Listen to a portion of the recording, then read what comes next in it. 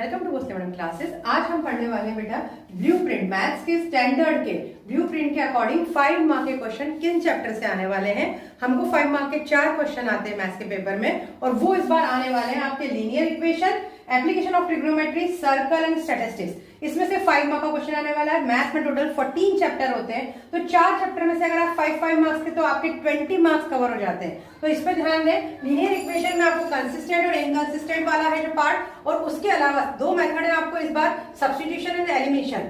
उसमें जो 5 मार्क में आएगा वो मोस्टली वर्ड प्रॉब्लम आएगी, तो करके जाइए। जो वर्ड प्रॉब्लम है, डिफिकल्टी क्या आती है लीनियर इक्वेशन बनाने की। सॉल्व तो आप कर लेंगे क्योंकि उसमें कोई नहीं होता कि आप किस मेथड से कर रहे हैं, वो मायने नहीं रखता है। प्रॉब्लम ये होती है लीनियर इक्वेशन बनाना। तो आपका वो नूरी वाला क्वेश्चन है, वो जैकब वाला क्वेश्चन है, वो ध्यान से करिएगा। बोट वाला भी करके जाइएगा, बोट की स्पीड दिया होता है अपस्ट्रीम या डाउनस्ट्रीम, वो भी करके जाइएगा।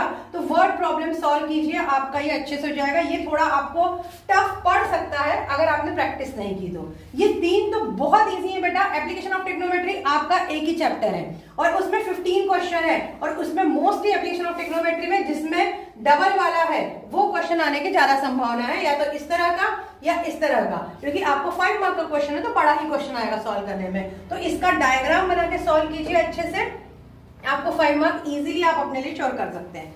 सर्कल आता है, सर्कल वाले में भी आपको पता है जो क्वेश्चन नंबर 8 से 13 वाले हैं वो 5 मार्क के हैं। इसमें के एग्जाम्पल क्वेश्चन इन सबके कीजिए, और अगर आपके पास एग्जाम्पलर बुक है तो उसमें से भी क्वेश्चन कर डालिए। राइट, अब इसमें टेंजेंट थ्योरम लर्न करके जाइए। जो भी आप सर्कल का क्वेश्चन, आपको पता है कि टेंजेंट क्या होती है बेटा, इक्वल होती है अगर वो एक पॉइंट से सर्कल पे आ रही है। तो ये जब भी आप सॉल्व करते हैं इसमें टेंजेंट थ्योरम लिख कर आइए, इसके नंबर होते हैं।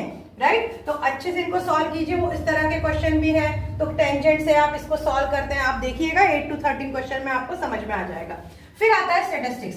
स्टैटिस्टिक्स जिनका mean mode median formula learn है उनके लिए बहुत इजी है, बहुत कम संभावना है कि हम मिस्टेक करें। मीन में आपको पता है, मीन के आपको 3 है, डायरेक्ट मेथड है, assume mean and step deviation है।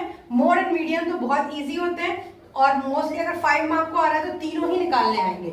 जब तीनों निकालने आते हैं और आपके पास टाइम है तो अलग अलग तीनों का फॉर्मूला यूज करके निकालिए। मोस्टली बच्चे क्या करते हैं, 2 निकालते हैं और इस फॉर्मूले को यूज करते हैं। पर बेटा इस फॉर्मूले को यूज करते वक्त आपको पता है कि आपका मीन और मोड करेक्ट है। अगर ये इनकरेक्ट हुआ तो आपका तीसरा भी इनकरेक्ट निकल जाएगा।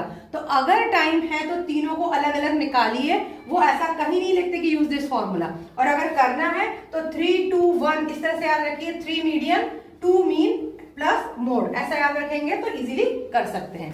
Thank you.